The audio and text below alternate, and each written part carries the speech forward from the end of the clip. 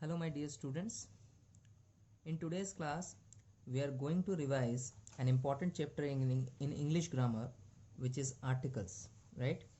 It will be given in your book on first chapter. So let's start the class with this interesting chapter in grammar. Now see over here. Here is the definition.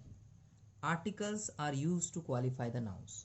So what are articles? Articles are those words in English grammar which qualify the nouns. Qualify मतलब noun को qualify करते हैं. अब qualify का meaning क्या होता है?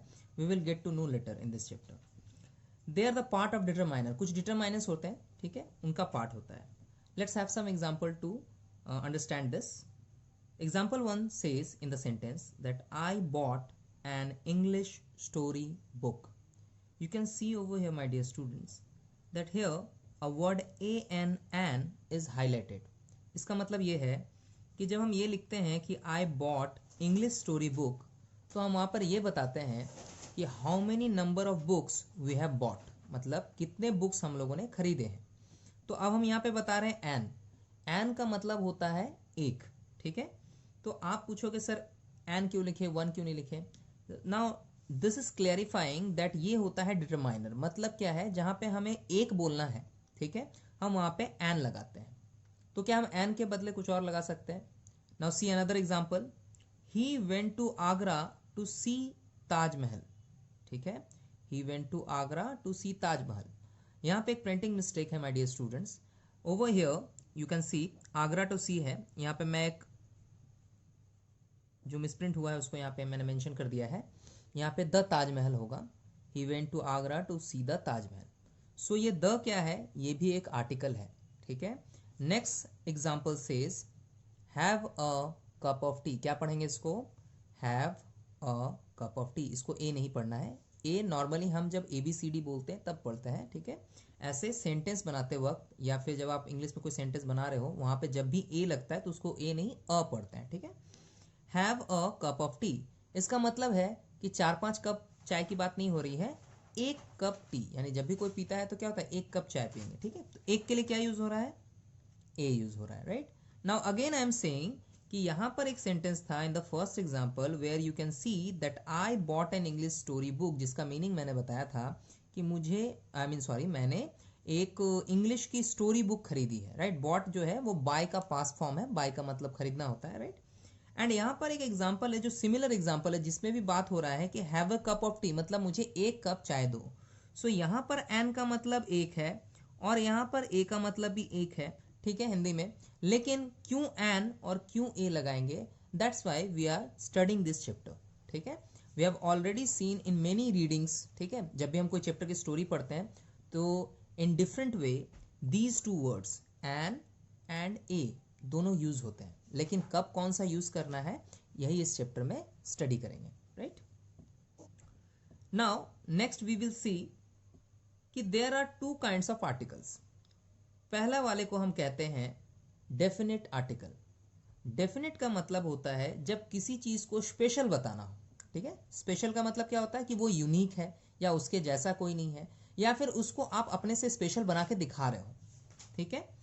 Next है इनडेफिनेट आर्टिकल, जिसमें चीजें स्पेशल तो नहीं होती है बट जब हम बोलते हैं कि कोई एक चीज, ठीक है, अब वो कॉमन सी चीज होती है. मतलब जैसे मैंने यहाँ पे बोला था ना कि कप ऑफ टी, तो कप ऑफ टी तो कोई भी दे सकता है, चाय तो कोई भी हो सकती है, ठीक है.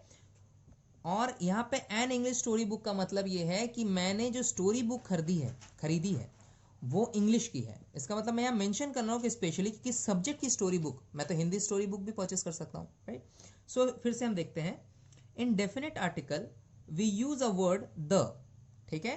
द वर्ड हम लोग बहुत बार यूज करते हैं इन स्टोरीज, इन नरेटिंग, ठीक है, इन स्पीकिंग हम लोग द बहुत बार लगाते हैं, ठीक है. कैसे यूज करना है I will tell you in this video lesson. Again indefinite article का मतलब क्या है, जहां पे हम आइदर ए और एन, मतलब ए भी यूज कर सकते हैं एन भी यूज कर सकते हैं, right. Now we will see in detail कि डेफिनेट आर्टिकल क्या है, कैसे यूज करेंगे, कैसे कैसे सेंटेंसेस में आता है, एंड इनडेफिनेट आर्टिकल्स क्या है और उसका भी यूज क्या है. Now my dear students, come to this definite article portion in your book. It is said that the is used to show a particular and specific noun. As I told you earlier कि कोई special चीज़ है, कोई special word, कोई unique name है, ठीक है। तो नेम मतलब क्या, all names are noun, right.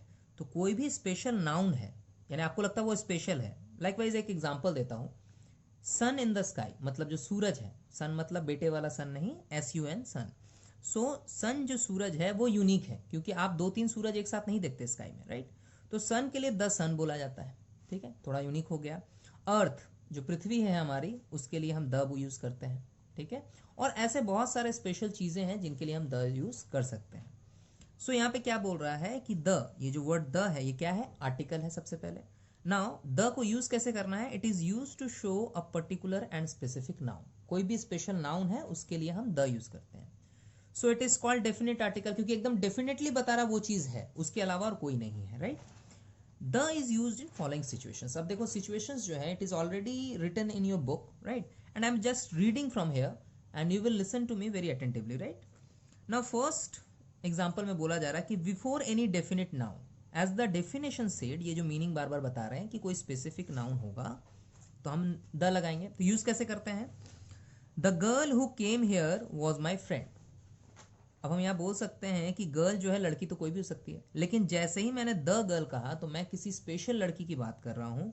अब देखो यहाँ पे वो सेंटेंस क्लैरिफाई भी कर रहा है, राइट। कैसे, हु केम हेयर जो आई है, इसका मतलब मैं उस लड़की की बात कर रहा हूँ जो आई है, ठीक है। वॉज माई फ्रेंड, अब वो मेरी दोस्त है तो मैं उस लड़की की बात कर रहा हूं जो मेरी फ्रेंड है और आई है, right.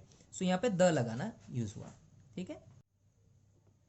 Here is a next example, before repeated noun. Repeated noun क्या होता है, जब हम एक पर्टिकुलर सेंटेंस लिखते हैं या किसी के बारे में बात करते हैं, देन उसके बारे में बार बार जब सेंटेंस में बात हो रही है और बार बार उसका नेम लेके बोलना है, तो वहाँ पे क्या करते हैं कि फर्स्ट टाइम तो हम चलो उसको ऐसे ही शो करते हैं सेंटेंस में, एंड नेक्स्ट टाइम क्या करते हैं उसके बारे में द लगाते हैं। जैसे देखो, a boy ran on the road yesterday, इसका मतलब क्या है, कोई भी एक लड़का, राइट। तो ए लग गया। अब हम बताएंगे ए का यूज कब होता है, अभी तो हम लोग ये सीखे नहीं है। A boy ran on the road yesterday का मतलब ये है कि एक लड़का जो है यस्टरडे यानी बीता हुआ जो आपका कल है, उसमें आपने देखा था कि रोड पे दौड़ रहा था, ठीक है। The boy was a cricket player. अब यहाँ पे ए बॉय नहीं लिख के यहाँ पे द बॉय लिखा गया, इसका मतलब ये उसी बॉय की बात हो रही जिसको आपने दौड़ते हुए देखा था। यहाँ पर भी बॉय है और यहाँ पर बॉय है। In fact we are not mentioning name over here, तो हमें कैसे पता चलेगा कि हम किस लड़के का बात कर रहे हैं।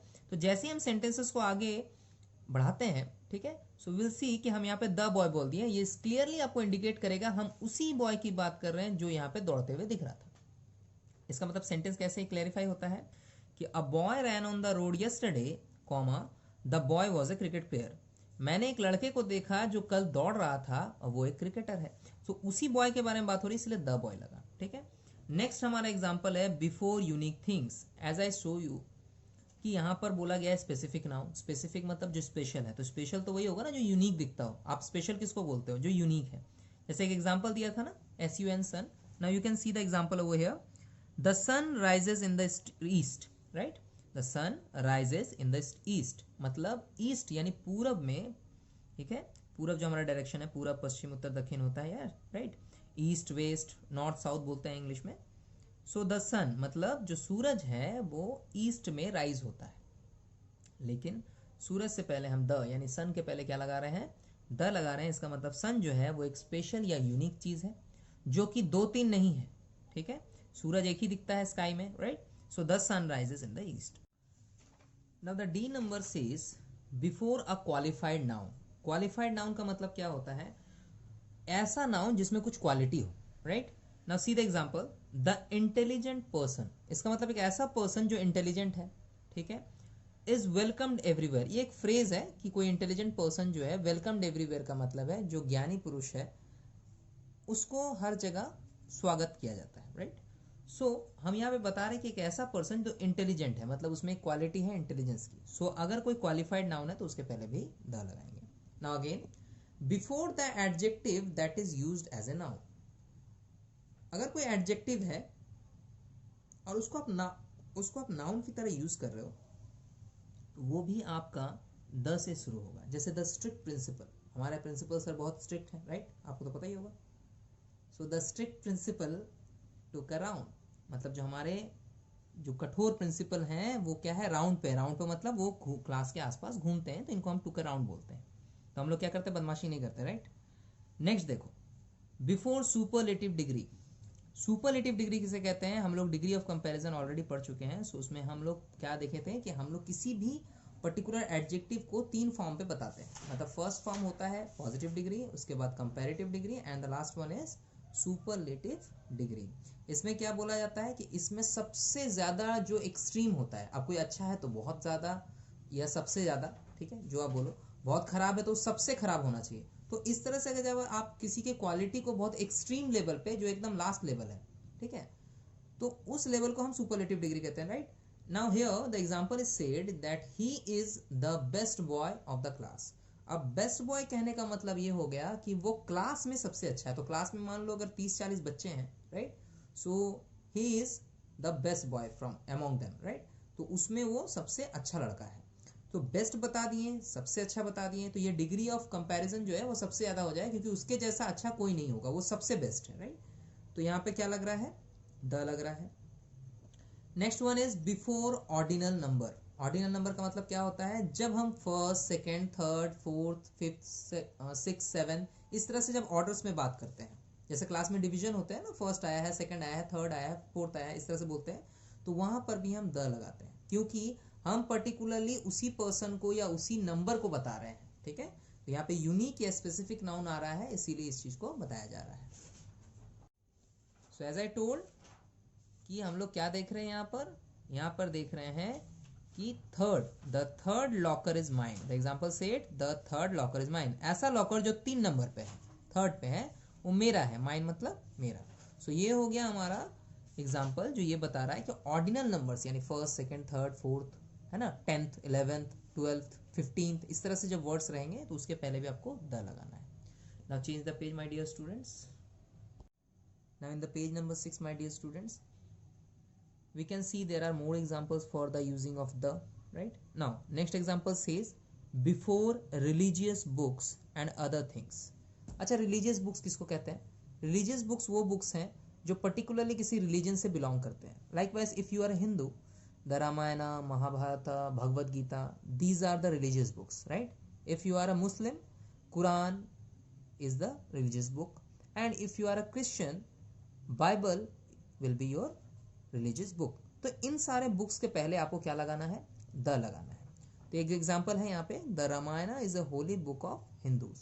हिंदूज के जो होली बुक है या फिर जिसको हम रिलीजियस बुक भी कहते हैं, वो क्या है, रामायण। तो उसके पहले क्या लगेगा, द। तो इसका मतलब महाभारत लिखेंगे तो भी द लगेगा, कुरान बोलेंगे तो भी द लगाना है, बाइबल बोलेंगे then you will also use the. तो उसके पहले क्या लगाएंगे, द, यानी उसको बिना द लगाए नहीं बोलना है, राइट। नेक्स्ट देखो, before the name of seas, oceans, rivers, group of islands and mountains. Again I am repeating, seas यानी सागर, oceans समुद्र, rivers नदियाँ, group of island यानी जहाँ पे islands तो है लेकिन ग्रुप में है, ठीक है, and mountains, mountains यानी पर्वत, पहाड़, right. See the examples. They went to see the Alps. Alps एक माउंटेन रेंज का नाम है, तो उसको देखने के लिए हम गए हैं। ये माउंटेन का नाम है, and before any mountain name क्या लिखोगे आप, द लिखोगे, right. So they went to see Alps नहीं बोलेंगे, they went to see the Alps बोलेंगे, ठीक है।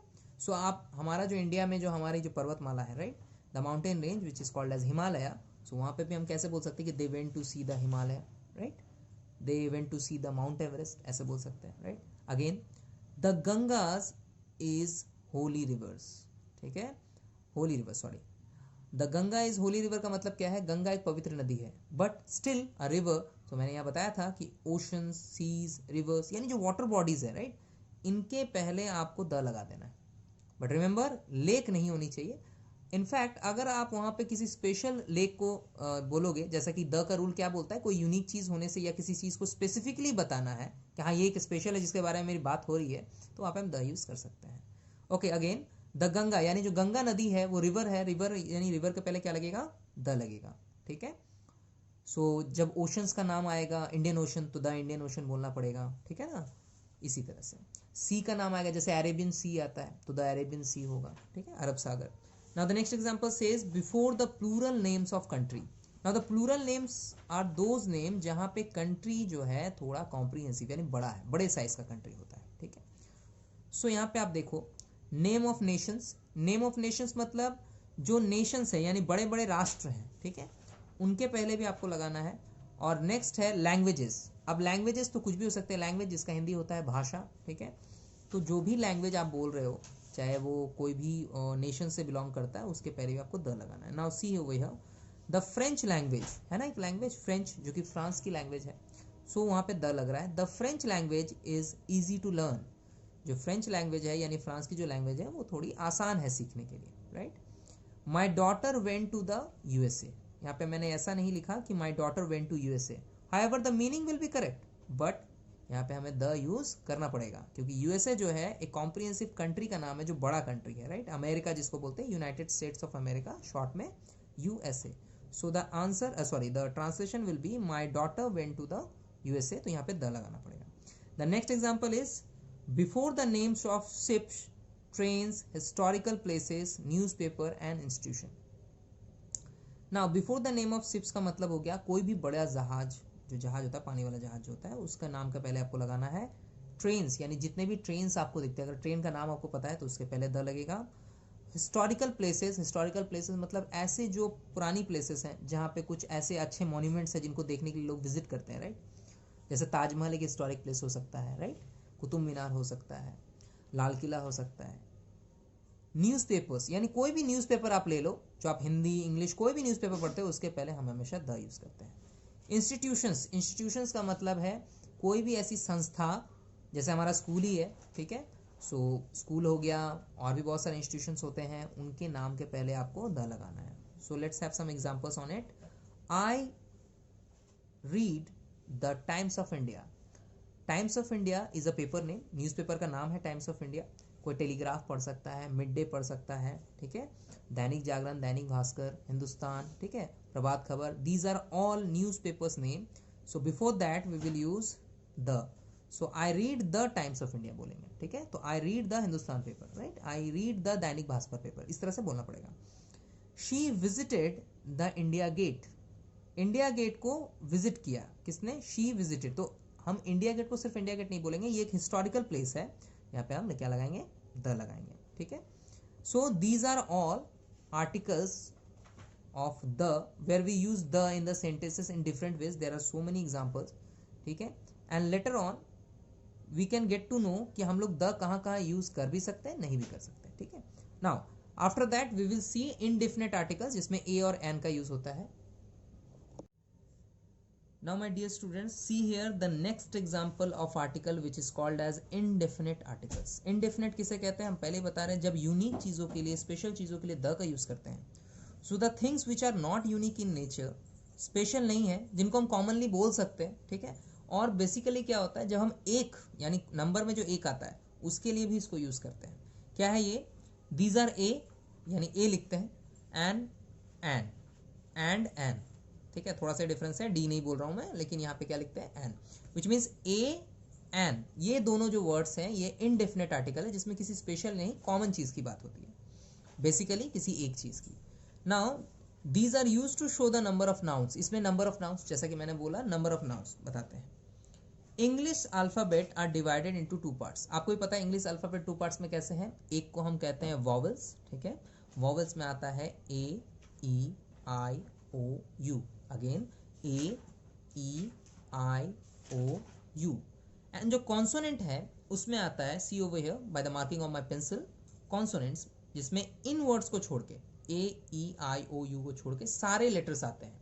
How many letters are there, you are very known of that there are 26 alphabets, right.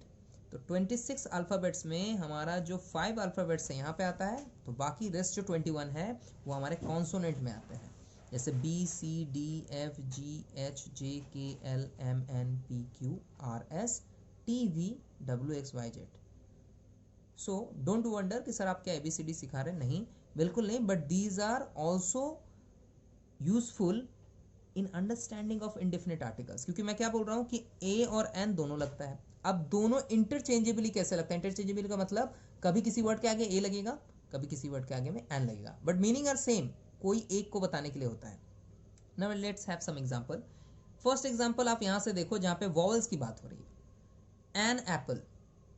You have seen many times in a book कि जब भी Apple बोला जाता है तो एन एप्पल बोला जाता है. ठीक है, तो एन एप्पल क्यों बोला जाता है, ए एप्पल क्यों नहीं बोला जाता? इसका एक रीजन है. There is an elephant in the zoo. तो एलिफेंट जो है वो जू में है, बट वहां पर भी ए नहीं बोल रहा, जबकि ए का मतलब भी एक ही होता है.